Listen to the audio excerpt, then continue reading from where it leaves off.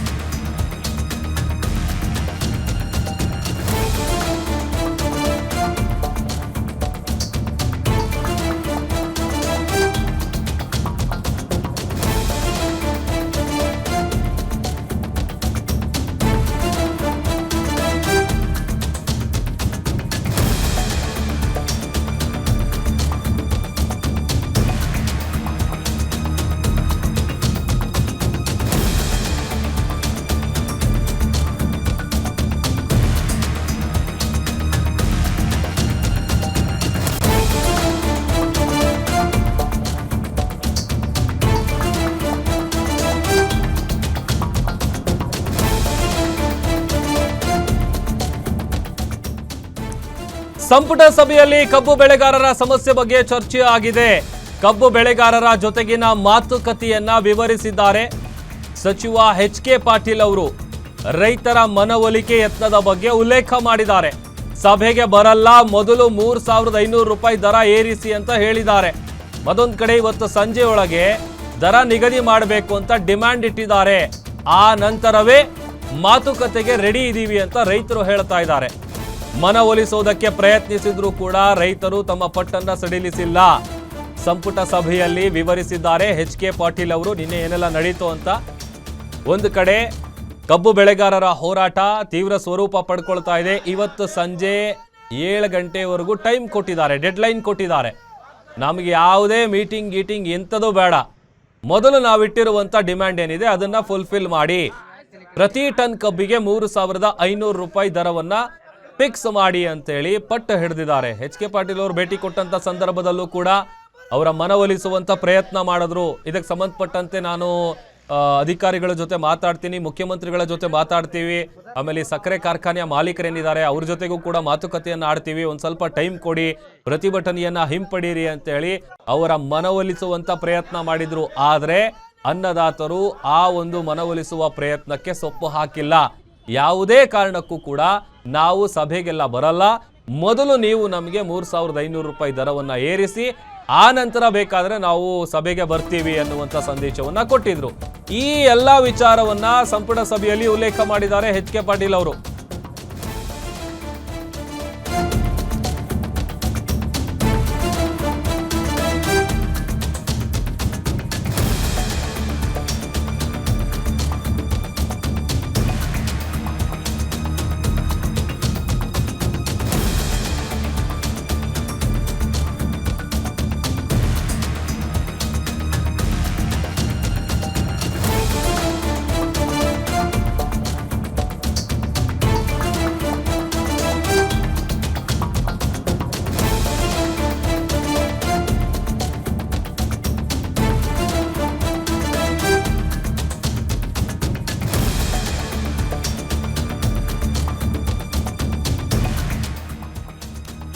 ಇನ್ನು ಸಭೆಯಲ್ಲಿ ಸಚಿವ ಸತೀಶ್ ಜಾರಕಿಹೊಳಿ ಅವರು ಕೂಡ ವಿವರಣೆ ಕೊಟ್ಟಿದ್ದಾರೆ. ರೈತರ ಪ್ರತಿಭಟನೆಗೆ ಬಿಜೆಪಿಯವರು ಕೈ ಜೋಡಿಸಿದ್ದಾರೆ. ಕೇಂದ್ರ ಸರ್ಕಾರ ಬೆಲೆ ಏರಿಕೆ ಮಾಡಬೇಕು, ಇದನ್ನ ಹೇಳಿದ್ರೆ ರೈತರು ಕೇಳುವಂತಹ ಸ್ಥಿತಿಯಲ್ಲಿ ಇಲ್ಲ. ಬಿಜೆಪಿಯವರು ಕೇಂದ್ರದ ಮೇಲೆ ಒತ್ತಡ ತರಬೇಕು. ಸಿಎಸ್ ಅವರಿಂದ ಮಹಾರಾಷ್ಟ್ರದ ಅಂಕಿಅಂಶವನ್ನ ಪಡೀರಿ, ದರ ಏರಿಕೆ ಸಂಬಂಧ ಒಂದು ನಿರ್ಧಾರಕ್ಕೆ ಬನ್ನಿ ಅಂತ ಸಿಎಂ ಸಿದ್ದರಾಮಯ್ಯ ಅವರಿಗೆ ಸತೀಶ್ ಜಾರಕಿಹೊಳಿ ಅವರು ಸಲಹೆ ಕೊಟ್ಟಿದ್ದಾರೆ.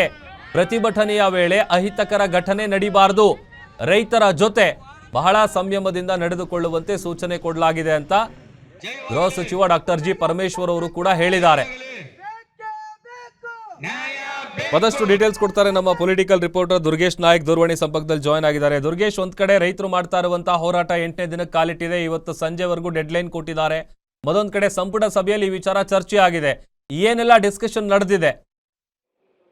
ಯೇಸುಪ್ರಭು ಏನು ರಾಜ್ಯದಲ್ಲಿ ಅದರಲ್ಲೂ ಕೂಡ ಉತ್ತರ ಕರ್ನಾಟಕ ಭಾಗದಲ್ಲಿ ನಡೀತಿರುವಂತಹ ಕಬ್ಬು ಬೆಳೆಗಾರರ ಹೋರಾಟದ ವಿಚಾರಕ್ಕೆ ಸಂಬಂಧಪಟ್ಟಂತೆ ಮಹತ್ವವಾದ ಚರ್ಚೆಯನ್ನ ಇವತ್ತು ಸಿಎಂ ಸಿದ್ದರಾಮಯ್ಯ ಅವರ ಸಚಿವ ಸಂಪುಟ ಸಭೆಯಲ್ಲಿ ನಡೆಸಲಾಗಿರುವಂತದ್ದು. ಪ್ರಮುಖವಾಗಿ ಕಳೆದ 2-3 ದಿನಗಳಿಂದ ಈ ಒಂದು ಹೋರಾಟ ತೀವ್ರ ರೂಪಕ್ಕೆ ಹೋಗಿರುವಂತದ್ದು. ಜೊತೆಗೆ ಈಗಾಗಲೇ ಬಿಜೆಪಿಯ ರಾಜ್ಯಾಧ್ಯಕ್ಷರಾದ ವಿಜೇಂದ್ರ ಅವರು ಕೂಡ ಹೋರಾಟಕ್ಕೆ ಸಾಥ್ ಕೊಟ್ಟು ಒಂದಿಷ್ಟು ಸರ್ಕಾರಕ್ಕೆ ತೆಲ್ಲವು ತರುವಂತ ಕೆಲಸವನ್ನ ಮಾಡ್ತಿದ್ದಾರೆ. ಆದ್ರೆ ಈ ಒಂದು ಕಬ್ಬು ಬೆಳೆಗಾರರ ಜೊತೆಗೆ ಒಂದಿಷ್ಟು ಸಂಧಾನ ಆಗಲಿ ಅನ್ನೋ ನಿಟ್ಟಿನಲ್ಲಿ ನಿನ್ನೆ ಕಾನೂನು ಮತ್ತು ಸಂಸದೀಯ ಸಚಿವರಾದ ಎಚ್ ಕೆ ಪಾಟೀಲ್ ಅವರು ಕೂಡ ಹೋಗಿದ್ರು. ಆದ್ರೆ ಆ ಸಂಧಾನ ವಿಫಲ ಆಗಿದ್ದ ಬೆನ್ನಲ್ಲೇ ಸಾಕಷ್ಟು ಪರ ವಿರೋಧ ಚರ್ಚೆಗಳಾಗ್ತಿರುವಂತದ್ದು. ಸಾಕಷ್ಟು ಕಬ್ಬು ಬೆಳೆಗಾರರ ವಿಚಾರಕ್ಕೆ ಸಂಬಂಧಪಟ್ಟಂತೆ ಯಾವ ರೀತಿ ದರವನ್ನ ನಿಗದಿ ಮಾಡ್ಬೇಕನ್ನೋ ವಿಚಾರವನ್ನ ಇದೀಗ ಸಿಎಂ ಸಿದ್ದರಾಮಯ್ಯ ಅವರಿಗೆ ಪರಮಾಧಿಕಾರವನ್ನ ಕೊಟ್ಟಿದ್ದಾರೆ. ಸಚಿವ ಸಂಪುಟ ಸಭೆಯಲ್ಲಿ ಸತೀಶ್ ಜಾರಕಿಹೊಳಿ, ಪರಮೇಶ್ವರ್, ಪ್ರಿಯಾಂಕ್ ಖರ್ಗೆ ಸೇರಿದಂತೆ ಸಚಿವ ಸಂಪುಟದ ಕೆಲವು ಸದಸ್ಯರು ಕೂಡ ಈ ಬಗ್ಗೆ ಚರ್ಚೆಯನ್ನ ಮಾಡಿದ್ರೆ. ಕೇಂದ್ರ ಸರ್ಕಾರ ಯಾವ ರೀತಿ FRP ದರವನ್ನ ನಿಗದಿ ಮಾಡಿದೆ, ಜೊತೆಗೆ ಎಷ್ಟು ಈಗಾಗಲೇ ದರವನ್ನ ನಿಗದಿ ಮಾಡಿದೆ, ಕೇಂದ್ರ ಸರ್ಕಾರ ಅನ್ನುವಂತಹ 3,550 ರೂಪಾಯಿ ನೀಡ್ತಾ ಇದ್ರು ಕೂಡ ರಾಜ್ಯದಲ್ಲಿ 3,100 ರೂಪಾಯಿಯನ್ನ ನೀಡಲಾಗ್ತಾ ಇದೆ ಅನ್ನೋ ನಿಟ್ಟಿನಲ್ಲಿ